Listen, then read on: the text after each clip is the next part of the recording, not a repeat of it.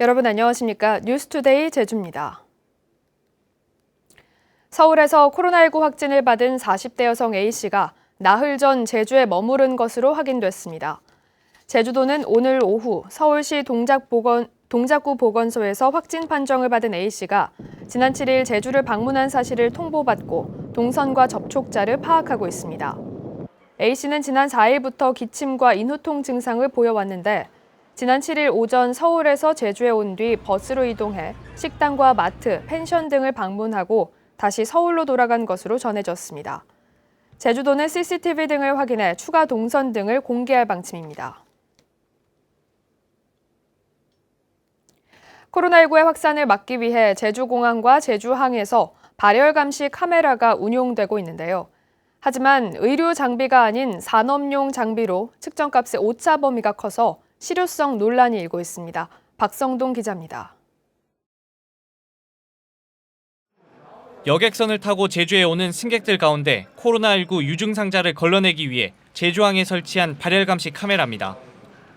카메라에 측정된 입도객들의 체온은 28도에서 31도를 보이고 카메라에서 멀어질수록 온도는 더 떨어집니다.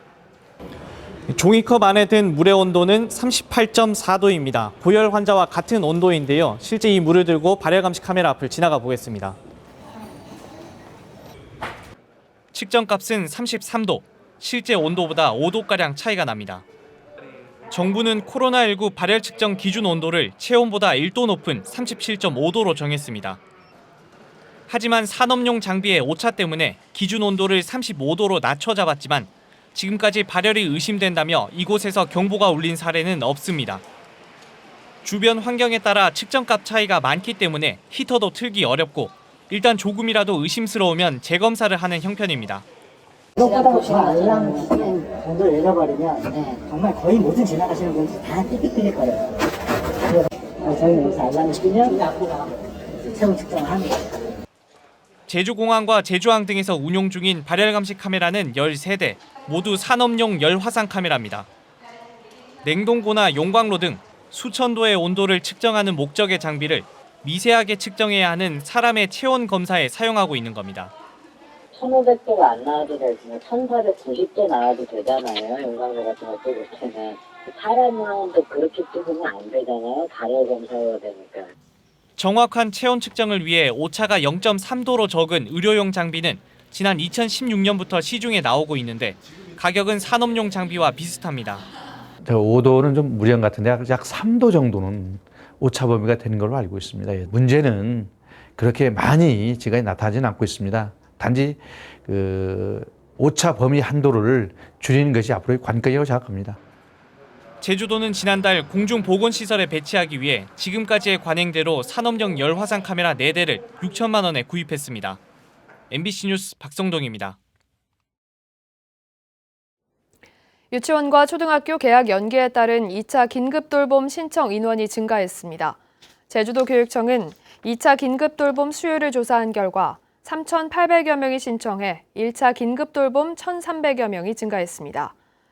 유치원생과 초등학교 1학년부터 3학년까지 학생을 대상으로 하는 긴급돌봄은 오는 20일까지 희망자에 한해 오전 9시부터 저녁 7시까지 운영됩니다. 코로나19 확산에 각급 학교들의 개학이 연기되자 학교 급식도 이루어지지 않고 있는데요. 급식에 의존하는 친환경 농산물 재배 농가들이 판로를 찾지 못해 애를 태우고 있습니다. 김항섭 기자의 보도입니다. 이미 수확이 끝났어야 할 무밭에 다자란 무가 가득합니다. 예년 같으면 학교 급식용으로 출하가 됐겠지만 코로나19 확산에 개학이 연기되면서 수확을 미루고 있는 겁니다. 제때 수확을 못하자 병해가 시작돼 상품성까지 떨어지고 있습니다. 찬바람 맞고 이제 설이 맞고 감으면은 예기치 않게 병이 들고 지금 사태인 만큼 어찌겠습니까? 그냥 지켜봐는 것밖에 없죠. 다른 친환경 농산물도 사정은 다르지 않습니다. 이미 수확을 마친 양배추와 브로콜리는 저장 창고에 보관 중이지만 판로를 찾지 못해 공간이 부족할 지경입니다. 농산물 저장 창고에는 학교 급식용으로 사용해야 하는 친환경 농산물들이 가득 쌓여 있습니다. 농민들은 저장 비용까지 부담하면서 이중고를 겪고 있습니다. 농산물마다 다 온도가 틀려갖고 일로 옮겼다 절로 옮겼다 하다 보니까 지금 일이 엄청 많아지고 경비도 많이 깨지고 있죠 지금. 친환경 농산물은 대부분 학교 급식에 의존하는 데다 일반 시장에 출하할 경우 모양이나 크기가 상품 규격에 미달해 경쟁력을 갖기 어려운 상황. 사정이 이렇자 제주도와 도교육청이 저장성이 떨어지는 시금치와 브로콜리 등 6개 품목을 공동 구매하기로 했습니다. 공직자부터 우선 솔선수범하자라는 차원에서 시작을 하게 되었습니다. 추가 연기가 된다면 그 나머지 9품목에 대해서도 추가적으로 소비 촉진 운동을. 하지만 공동구매 품목이나 물량이 제한적일 수밖에 없는 데다 코로나19가 언제까지 이어질지 알 수 없어 농민들의 시름은 커지고 있습니다. MBC 뉴스 김항섭입니다. 코로나19로 제주를 떠나는 중국인 불법 체류자들을 위해 중국 춘추항공이 특별기를 추가로 투입합니다. 춘추항공은 오늘부터 13일까지 제주와 중국 세냥 노선에 매일 한 편, 16일부터 28일까지 제주와 중국 상하이 노선에 매일 한 편씩 운항합니다. 이달 들어 자진 출국을 신고한 불법 체류자는 1,400여 명으로 이 가운데 800여 명이 출국했습니다. 매립한 쓰레기가 썩는 과정에서 침출수가 흘러나오게 되는데요. 구자읍 동복리 매립장에서 나오는 침출수를 이미 처리 용량을 넘어선 제주시 도두 하수 처리장까지 보내고 있어 논란이 예상됩니다. 김찬년 기자입니다. 지난해 2월 쓰레기 매립장 운영을 시작한 제주환경자원 순환센터. 지금까지 12,000톤이 넘는 쓰레기가 매립됐습니다. 매립장에서는 쓰레기가 썩으면서 침출수가 발생하는데요. 그런데 이 침출수가 7km 떨어진 월정 동부하수처리장이 아니라 20km 이상 떨어진 도두하수처리장에서 처리되고 있습니다. 매립장에서 발생하는 침출수는 하루 평균 50톤. 제주도는 당초 하수관을 통해 구자읍 월정 처리장으로 보낼 계획이었지만 월정 주민들이 반발하자 침출수를 차량으로 옮겨 제주시 도두처리장에서 처리하고 있습니다.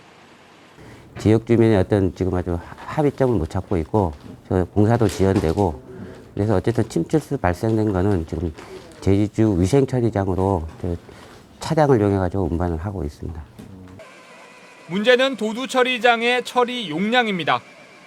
도두처리장의 하루 평균 하수 유입량은 13만 2천 톤. 이미 처리 용량을 2천 톤이나 초과했습니다. 지난해 10월부터 도두처리장에서 처리한 환경자원순환센터 침출수만도 6,500톤으로 도두 지역 주민들은 침출수 처리 사실을 모르고 있습니다. 계속 이 상황이 반복된다면 거기 침출수 양이 점점 더 많아집니다. 지금은 작다 하더라도. 그러면 계속해서 이런 상태로 더 하수들을 더 가져오면서 거기 처리 부담을 더 늘리는 것들은 더 안 되는 일이지 않습니까? 제주도는 올해 말까지 침출수를 재사용할 수 있을 정도의 정화시설을 갖춘다는 계획이어서 연말까지는 도두처리장에서 침출수 처리가 불가피해 보입니다. MBC 뉴스 김찬년입니다. 지난 해산 노지감귤 경락 가격이 전년보다 19% 하락한 것으로 나타났습니다. 농협 제주지역본부에 따르면 지금까지 출하된 노지감귤 물량은 48만 5천 톤으로 생산 예상량 49만 톤의 99%가 처리된 것으로 집계됐습니다. 도매시장 상품 출하 물량은 23만 8천 톤으로 절반가량을 차지하고 있는데 평균 경락 가격은 5kg 기준 6,500원으로 전년보다 19% 낮고 지난 2017년산보다는 26% 떨어진 것으로 집계됐습니다. 농협과 감협을 통한 개통 출하 물량은 10만 2천 톤이며 42%로 나타났습니다. 다음은 유권자들의 목소리로 7대 어젠다를 소개하는 나는 유권자다 순서입니다. 제주에는 최근 몇 년 새 개발 붐이 일면서 난개발로 자연환경이 훼손되고 제주다움을 점점 잃어가고 있는데요. 지속 가능한 개발을 바라는 유권자들을 박주연 기자가 만나봤습니다. 저는 유권자 현도용입니다. 저는 제주의 오름이 너무 좋아서 제주도로 이주를 해왔고 오름을 관리하는 일을 하게 돼서 정말 행복합니다. 관광객들이 오름을 즐기는 것은 너무나 좋은데 쓰레기를 버린다든지 탐방로가 아닌 곳으로 들어간다든지 그런 경우에는 참 안타깝습니다. 오름은 대부분 화산송이로 구성되어 있는데요. 화산송이가 이제 자갈 형태로 구성되어 있기 때문에 쉽게 무너져 내릴 수도 있고 또 그 안에는 또 동식물들이 서식하기도 되어 있기 때문에 그게 절대로 가서는 안 되는데 사진을 찍기 위해서는 많이들 가고 있습니다. 탐방로 대부분은 이제 매트가 깔려 있습니다. 그것을 방지하기 위해서. 그런데 매트도 많이 훼손이 되고 그러다 보면 많이 그 파헤쳐지기가 있습니다. 안내판이 훼손되거나 계단, 손잡이 등들이 많이 훼손된 채로 방치되고 있어서 관광객 안전에도 문제가 많이 발생되고 있습니다. 문제는 빨리 복구가 돼야 되는데 보통은 2, 3개월, 어떤 경우에는 6개월 이상 걸리는 경우도 있습니다. 예산을 받아서 처리하다 보니 시간이 많이 걸리는 것 같습니다. 그럴수록 오름은 더 심각하게 훼손이 되고 있는 상태입니다. 훼손된 오름이나 자연을 관리하고 필요한 환경 부담금을 징수하는 것이 바람직하다고 생각을 합니다. 당초 올해부터 부과하기로 하였는데 다른 지역과 형평성이 안 맞다, 또 이중과세다라는 이유로 미뤄진 걸로 알고 있는데요. 제주 자연을 보존, 보호할 수 있도록 환경부담금 조항이 담긴 특별법이 꼭 개정되어야 하고 그런 공약과 실천할 수 있는 후보가 나와서 이 특별법이 이루어져야 된다고 생각합니다. 저는 유권자 이성규입니다. 저는 서울에서 40년 살다가 제주 월정리가 너무 좋아서 이주해온 7년차 상인입니다. 그러니까 옛날 집들이랑 옛날 바다, 옛날 시골 같은 느낌이 많이 들어서 바다색도 너무 이뻤지만 그런 자연적인 경관이 너무 좋아서 이주하게 됐죠. 예전에는 마을길에서 이렇게 내려오다 보면 큰 건물이 없으니까 그 바다가 쫙 보여지면서 그 멋있던 해안선들이 이제는 아파트같이 큰 건물들이 바다를 막아버리니까 아쉬운 점이 너무 많아요. 2017년 기준부터 관광객들이 많이 줄기 시작했어요. 정말 옛날 모습 그대로인 그 소박한 모습 그런 것 때문에 오셨는데 갑작스럽게 이제 건물들이 많이 들어서고 자연 경관이 안 보이고 훼손되고 시작하니까 그때부터 좀 진짜 줄기 시작하더라고요. 2017년부터 한 30%씩 그 매출이 점점점 떨어지는 건 보이기 시작하더라고요. 지속 가능한 발전이라는 게 제가 봤을 때는 개발보다는 보존이 훨씬 더 유리한 것 같아요. 그러니까 계속 개발돼서 그 해안선, 이쁜 해안선들이 없어지는 것보다는 지금이라도 더 살릴 수 있는, 예전에는 개발을 해서 많은 뭐 돈을 벌기 위한 행위를 많이 할 수 있게끔 법규를 많이 풀어주셨으니까 그런 것 때문에 오히려 더 안 좋아졌다라는 거를 이제 인지하시고 좀 그런 개발적인 생각보다는 어떻게 보존하는 것이 가장 제주도를 살릴 수 있는지 그런 공약을 많이 내시는 분이 좀 유리하지 않으실까 생각합니다. 저는 이번 선거에서 자연 환경을 잘 보존하는 제주의 난개발을 막는 후보를 뽑겠습니다.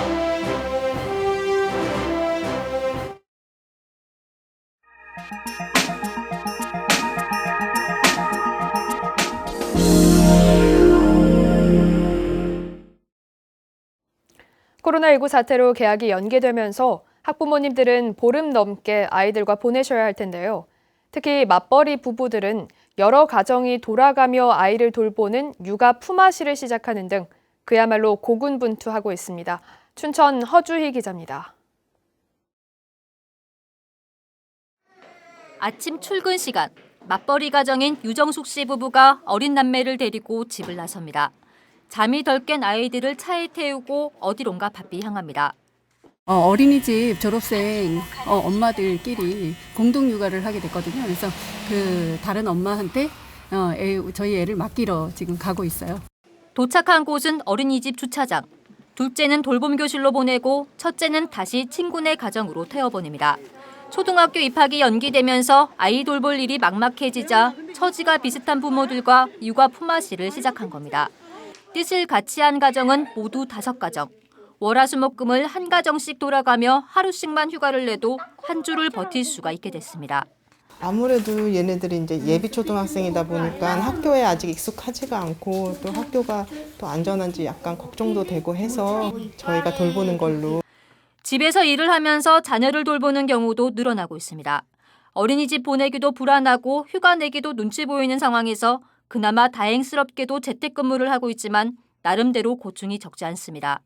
둘 다 제대로 집중을 못하고 있는 것 같아요. 애도 계속 튀어주고 방치되는 것 같고 일도 계속 집중 못하니까 실수도 나고 안타깝죠.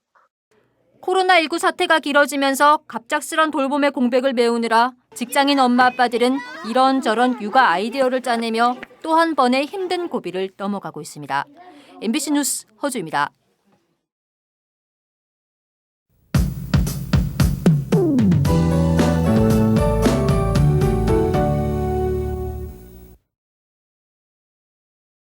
오늘은 종일 맑은 날씨를 보이겠지만 강한 바람을 주의하셔야겠습니다. 현재 남부를 제외한 제주도 전역에는 강풍주의보가 발효 중인 가운데 오전 8시쯤 특보는 해제가 될 걸로 예상되는데요. 그래도 오늘 오후까지는 매우 강한 바람과 함께 돌풍이 불겠습니다. 비닐하우스 등 시설물 관리에 유의하셔야겠습니다. 아침 출근길에는 따뜻한 외투 챙겨 입으시기 바랍니다. 찬 공기가 유입되면서 볼에 닿는 공기가 꽤 쌀쌀하겠는데요. 그래도 낮에는 기온이 올라서 평년과 비슷하겠습니다. 내일 낮부터는 다시 남풍이 불면서 기온이 오르겠는데요. 기온 변화가 큰 만큼 건강관리 잘 해주셔야겠습니다. 오늘 바람이 강하게 불면서 미세먼지 농도는 좋음 수준으로 공기는 깨끗하겠습니다. 다음은 자세한 지역별 날씨입니다.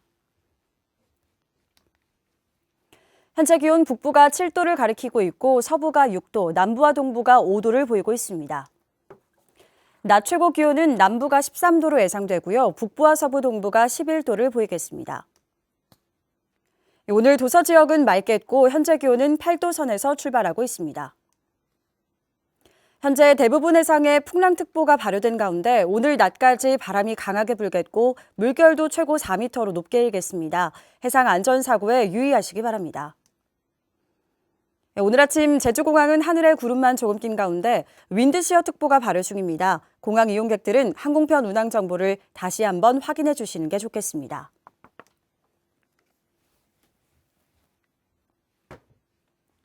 주간 날씨입니다. 주말 동안에는 대체로 맑은 날씨 예상되지만 기온은 평년보다 낮아 춥겠습니다. 날씨였습니다. 제주대 환경보건센터는 알레르기 비염과 아토피 피부염 등 봄철 알레르기 질환을 일으키는 삼나무 꽃가루에 대한 주의를 당부했습니다. 환경보건센터 연구 결과 올해 삼나무 꽃가루가 처음 발견된 시기는 서귀포시 1월 6일, 제주시 1월 19일로 지난해보다 열흘가량 빨라졌습니다. 환경보건센터는 다음 달 초까지 삼나무 꽃가루가 많이 날릴 것으로 예상된다며 야외 활동을 자제하고 외출 때 마스크를 착용해달라고 당부했습니다. 지난 설 연휴에 발생한 환경미화원 뺑소니 사망 사고와 관련해 동승자들이 검찰에 넘겨졌습니다. 제주 동부경찰서는 뺑소니 사망 사고의 차량 운전자가 술을 마신 사실을 알면서도 방주하고 사망자에 대한 구호 조치를 하지 않은 혐의로 동승자 20살 오모 씨 등 2명에 대해 불구속 기소 의견으로 검찰에 송치했습니다.